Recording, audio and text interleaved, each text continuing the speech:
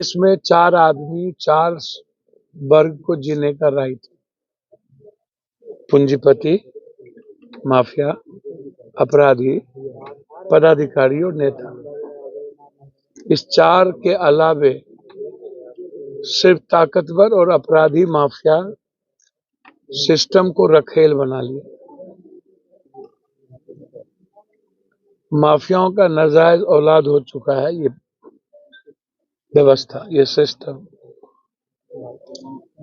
किसी भी middle class, common class, आम आदमी को मुझे लगता है कि जीने की आज़ादी या आगे बढ़ने की आज़ादी इस बिहार में जो मैं देख रहा हूँ को नहीं लगता है।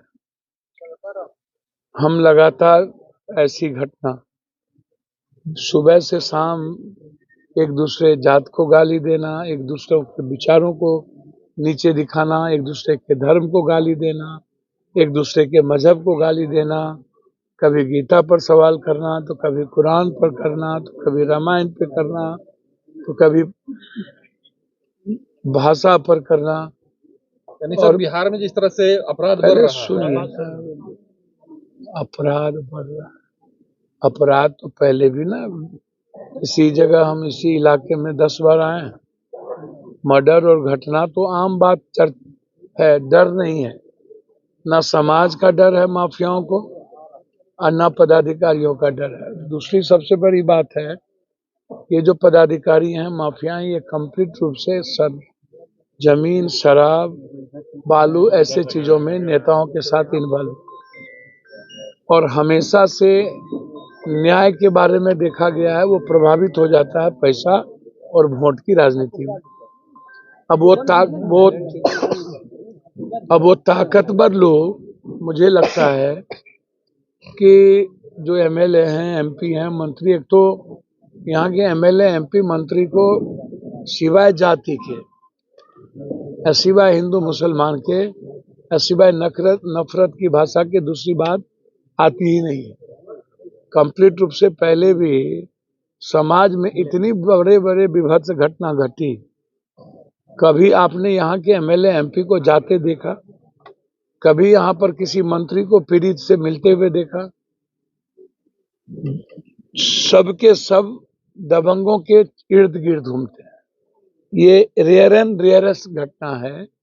इतनी बड़ी घटना जब पहले एक ही समाज के 2 बच्चे शादी करके 1 साल से जी रहे हैं, और जब आरोप लगा कि बच्ची को मार दिया गया या गायब हो गए, तो ये लोग खुद आकर के बयान दिए कि हम लोग दोनों एक अच्छे तरीके से अपनी लाइफ जी रहे हैं। और 3 सगे भाई लगातार इस बात को प्रयास कर रहा था कि हमको जस्टिस मिले, हमको न्याय मिले, हमको मार देगा।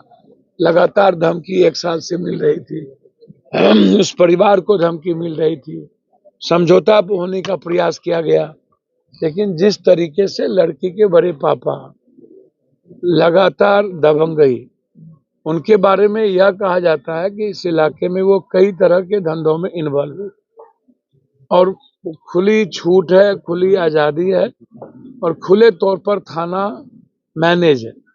वीडियो जिस तरीके से मैंने अभी देखा, वीडियो जो मार रहा है, हाथ में राइफल है, जिस तरीके से लगातार सीने पर चढ़ के मारना, कि मारो, आप सोच सकते हैं कि कितना बड़ा नफरत की राजनीति होगी। ये देखिए, मैं आपको सिर्फ इतना बता सकता हूँ कि ये मार के जिस तरीके से मारा गया है, मेरे ख्याल से ये देखिए, सबके हाथ में राइफल, सबके हाथ में फुटेज है, आप देखे होंगे। हाथ से कैसे आप लोग जूम करते हैं हमको तो नहीं पता। ठीक है सर, आप लोग क्या है देख लीजिए, सभी लोग अभी भी आए, पहले सुन तो लीजिए भाई। आए आप लोग, देखिए कैसे लोग आ रहे हैं, सो देखिए, देख रहे हैं ना।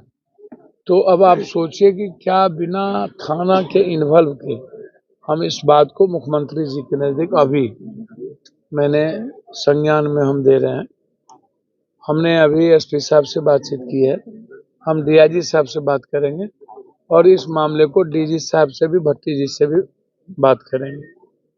जितना बड़ा ताकतवर थाना प्रभारी हो और जितना बड़ा ताकतवर लोग हों, यह घटना समाज के लिए, इंसानियत के लिए कंप्लीट रूप से चैलेंजेबल है।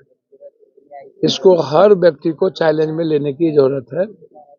क्या किसी भी व्यक्ति को, किसी भी परिवार को क्या अपनी लाइफ को जीने का और अपनी लाइफ खुद तय करने का कोई राइट नहीं है? क्या ये ताकतवर लोग तय करेंगे रिश्तों को?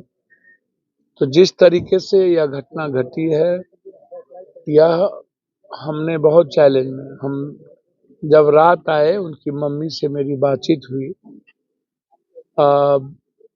तब मैंने निर्णय लिया। हमें कई लोगों ने हमको मैसेज, सबसे पहले एक लॉयर है रूपम, इन्होंने हमको उस लड़की का मैसेज दिया सोशल मीडिया पर, एडवोकेट हैं, कि इस तरह की घटना घटी है, और पहला जानकारी हमको इन्हीं के द्वारा मिली।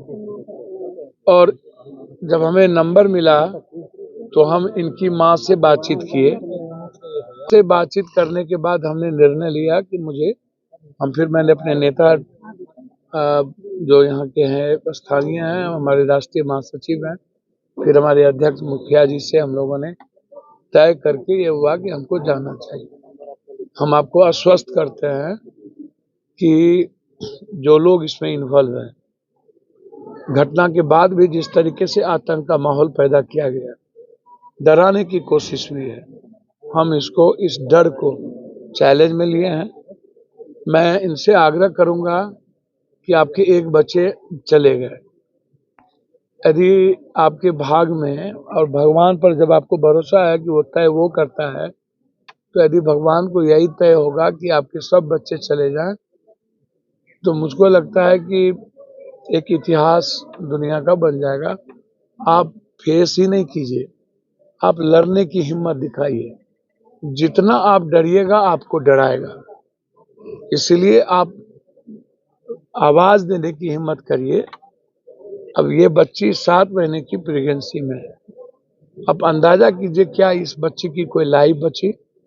क्या इस बच्ची को कोई देख पाएगा? और क्या अब देश, यहाँ सिविल सोसाइटी जो बड़का बड़का तगमा बात करता है, क्या वो सिविल सोसाइटी और वो लोग अब यहाँ पर नहीं है? तो इसीलिए मैं आपसे स्पष्ट कहता हूँ कि जो लोग यहाँ आते हैं वह अपनी दुकान चलाने आ जाते हैं। न्याय से उनको दूर दूर तक मतलब नहीं है। आप बिल्कुल कान बंद करके जाइए। जिस भी परिस्थिति में होगा, इस बच्ची को न्याय भी मिलेगी, इस बच्ची को हमारे तरफ से मदद भी मिलेगी। जिस तरह का मदद, आर्थिक, सुरक्षा के दृष्टिकोण से, और जो लोग इसमें इन्वॉल्व हैं, हम कोशिश करेंगे एसआईटी जांच, हर कीमत पर एसआईटी जांच, स्पीडी ट्रायल, और रेयर एंड रेयरेस्ट घटना में फांसी की सजा हो। सरकार इसको खुद संज्ञान ले, और मैं इस घटना को डीजी साहब से बात करके मैं किसी भी परिस्थिति में उन तक पहुंचाऊंगा। धन्यवाद। भैया मेरी बात समझिए। फायरिंग करते हैं हमारे दलान पे आके, रोज रात में एगो करते हैं। एक मिनट, मैं तो बोल रहा हूँ। मैंने आपको पहले भी कहा कि मेरी एसपी साहब से बातचीत हुई है। सिस्टम हमाम में सब नंगे, हर डाल पर उल्लू बैठा, अंजाम गुलिस्ता क्या होगा। सबकी नियत और इच्छा शक्ति मर चुकी है। समाज में तो यहाँ हल्ला कर दिया गया कि लड़का लड़की फुफेरे भाई बहन है। ये अफवाह पैदा किया गया, जबकि कोई दूर दूर तक रिश्ता नहीं है। तो जात में शादी हो गई, अब तो लोग कास्ट खत्म हो रहा है और जात में शादी हो गई। दिक्कत होगा कि वो पैसे वाले होंगे, ये मिडिल क्लास होंगे, यही ना प्रॉब्लम होगा। दूसरा प्रॉब्लम तो नहीं है।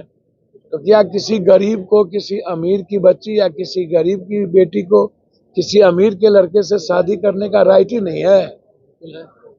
तो इसके लिए पूरे देश को आवाज उठाना चाहिए ना।